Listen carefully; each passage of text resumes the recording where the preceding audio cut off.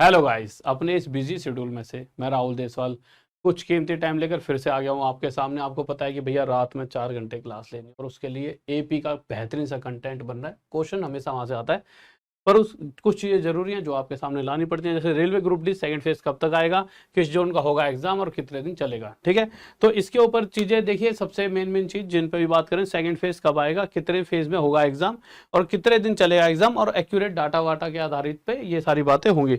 पर देखिए, सबसे ज़्यादा मेन चीज़ जो आप सुनना चाह रहे हो, आपके दिमाग में चल रहा है सर वो चीज़ बता दो जो बहुत इंपॉर्टेंट है। भैया टॉप तक ऐप पर फ्री ई बुक मिल रही है और उस ई बुक को कैसे आप डाउनलोड या कैसे ले सकते हो, वो सीधा सीधा नीचे एक लिंक पड़ा है कमेंट बॉक्स में, उस पर जाके देख सकते हो। ठीक है, और उसके अलावा आपके दिमाग में यह कि गुरुजी कौन सी रात में 4 घंटे की क्लास आ रही है, तो भैया एपी की इसमें से क्वेश्चन आपको पता आते आते हैं और 20 दिन 20 चैप्टर क्रैश कोर्स भी पड़ा है, टॉप तक ऐप पर जाकर ले सकते हो। अब आ जाते हैं मेन मुद्दों पर। देखिए, अगर हम बात करते हैं मेरे, सबसे पहले एक एक पॉइंट लेकर चलते हैं और बहुत ही ज्यादा मजेदार वीडियो रहने वाली है आपकी, और आप इसे शेयर करे बिना रुक नहीं पाओगे।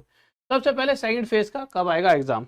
अगर आप इस चीज को देखोगे तो सबसे पहले हम कुछ दो चीजें नोट करेंगे। देखिए, ये है आज की बात, जब 2022 जिसमें ग्रुप डी का एग्जाम होने वाला है। वैसे 2019 में फॉर्म निकले थे, पर कोई नहीं, 2022 में ये एग्जाम होने वाला है, जिसके अंदर मेरे भाई 1 लाख से कुछ ज्यादा मतलब की टोटल वैकेंसीज थी और टोटल फॉर्म 1 करोड़ 15 लाख भरे गए हैं। ठीक है, ये इसका डाटा है। परंतु इससे पहले भी एक बार एग्जाम हो चुका है, वो है 2018 में, जिसकी वैकेंसी 62,000 कुछ थी और उसके अंदर 1.89 करोड़ फॉर्म भरे गए थे। अब देखिए, इससे जब हम उसको कंपेयर करेंगे तो आप चीजों को थोड़ा थोड़ा क्लियर कर पाओगे। देखिए, पहले अगर बात करें तो 1 2 3 4 5 फेज में कहीं ना कहीं एग्जाम हुआ था, पर उस समय जब एग्जाम हुआ था तो वो नाम के जो नाम का पहला अक्षर होता है, जैसे मेरा नाम राहुल है तो राहुल में RR वाले, इस तरह से इस अल्फाबेट के आधारित हुआ था। इस बार हो रहा है जोन के आधारित, RRC जोन वगैरह। जैसे इस बार सिर्फ 3 जोन का एग्जाम हो रहा है।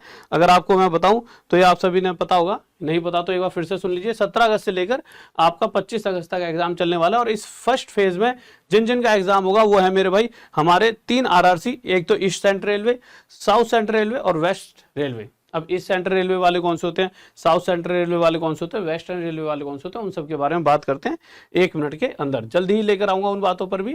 ठीक है, तो अब आप देखोगे तो आपने दो चीज देखी कि मेरे भाई पहली बात कि पहले जो एग्जाम हुआ था वो 5 एक फेज में हुआ था, पर नाम के आधार पर हुआ था, अल्फाबेट के आधार पर यहाँ पर RRC जोन के आधार पर कि पहले 3 जोन का एग्जाम हो रहा है। अब उन 3 जोनों का जो एग्जाम है वो 17 अगस्त से लेकर 25 अगस्त तक चल रहा है। अगर 17 अगस्त को इंक्लूड करके 25 अगस्त तक जाया जाए तो पूरे 9 दिन यहाँ एग्जाम चलने वाला है। कितने दिन एग्जाम चलेगा, 9 दिन।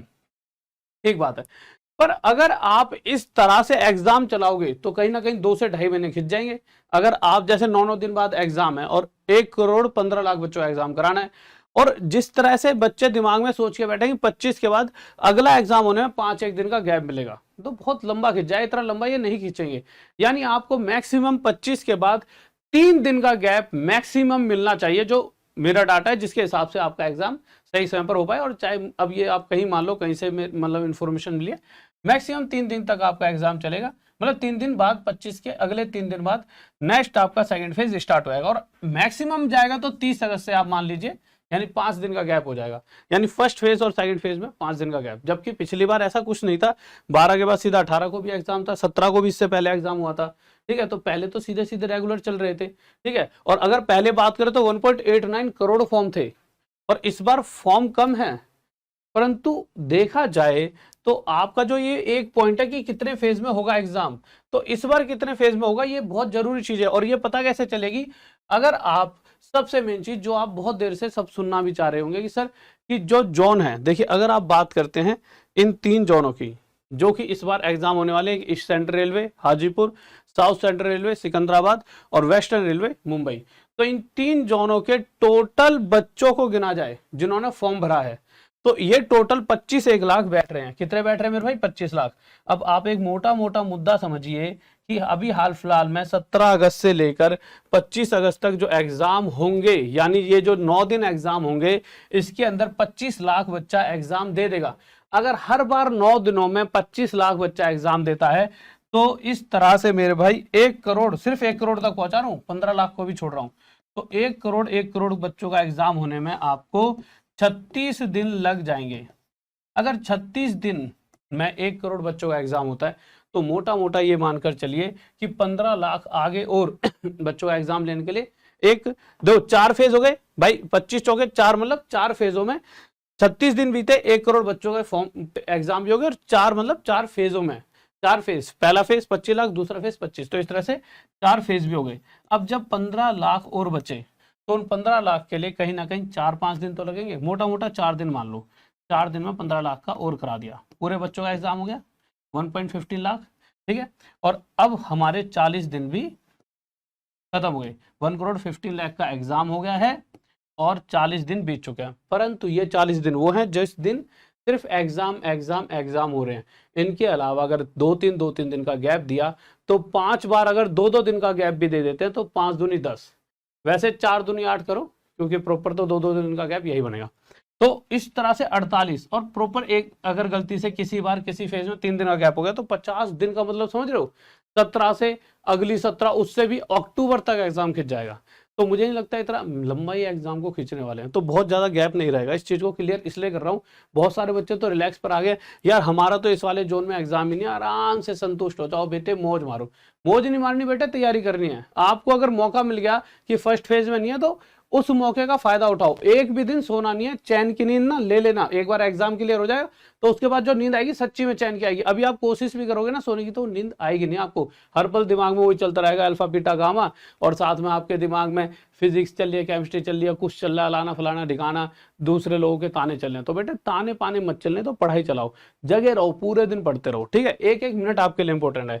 तो दूसरी चीज तो ये क्लियर होगी आपकी मेरे कितने फेज में होगा एग्जाम, तो आप समझ चुके हो कितने फेज में होगा। तो भैया 25 जिस तरह से 25-25 लाख बच्चों को हो रहा है, तो मेरा टोटल 5 फेज, 4 फेज ये और एक आखिरी फेज ये वाला था, ठीक है। तो टोटल 5 फेज तो आपके होने ही चाहिए। हाँ, अगर वो अब उनके ऊपर है वो किस तरह से 23 से एग्जाम कराना चाहते हैं, बट 5 फेज से पहले तो क्या ही कराएंगे, तो 5 फेज तो आपके होंगे ही होंगे, ठीक है। अब ये 5 फेज हो गए, और तीसरी बात है कितने दिन चलेगा एग्जाम, तो तीसरे दिन मैंने बता दिया कि 51 दिन तो आपका एग्जाम मेरे भाई खिंचना ही खिंचना है। कोशिश कितनी कर लीजिए, पहले भी देखिए अगर आप देखोगे तो 12 के बाद 12-6-18, इस बार क्या हो रहा है 17, देखिए 9 दिन। अगर इसकी बात करते हैं तो मेरे 12 और 18 यानी 12 को इंक्लूड करें 7 दिन। पहले जब एग्जाम हुई तो 7 दिन लगातार एग्जाम का फेज बनाया था, इस बार 9 दिन का बनाया, यानी कि दिन ज्यादा कर दिए हैं। पहले जबकि बच्चे ज्यादा थे, ठीक है, तो इस बार थोड़ा सा ये इस तरह से कर रहे हैं, कम बच्चों को रख रहे हैं। जैसा कि अभी हाल फिलहाल में नोटिस आया था उसमें भी क्या था, थोड़े कम बच्चे रखे जाएंगे जिससे ज्यादा दूर सेंटर ना डालने पड़े।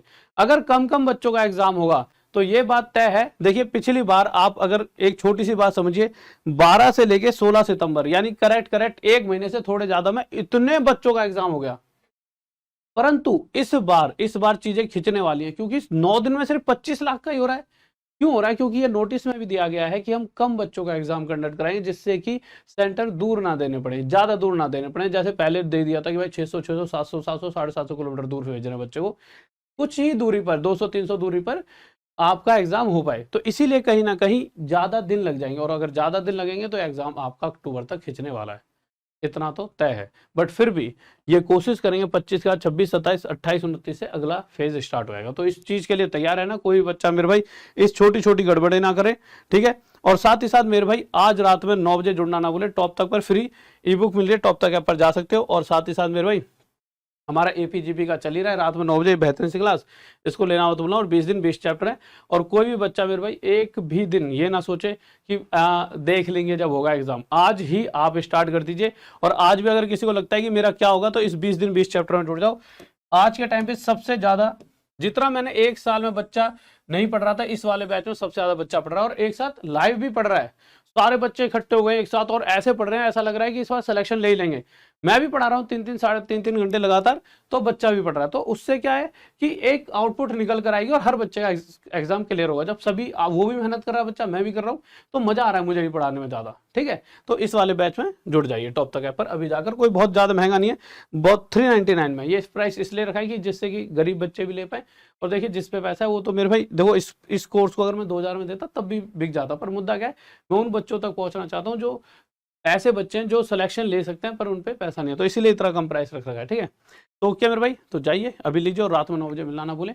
जय हिंद, जय भारत, लव यू सभी को। और इसी तरह से मोहब्बत बनाए रखें, अपनी मेहनत करते रहें, मेहनत में कमी मत रखें। आखिरी वक्त हमेशा मेरे भाई इंपॉर्टेंट वक्त होता है, इसी के अंदर देखिए लास्ट बॉल पे छक्का मारते तो जीत जाते हो, और नहीं, एक सिंगल लेके मतलब समझ रहे हो ना, छोटी छोटी चीज़ों से हम हार को जीत बदल सकते हैं, तो वो आपके ऊपर है। ओके, ठीक है, बाय, जय हिंद, जय भारत, लव यू सर।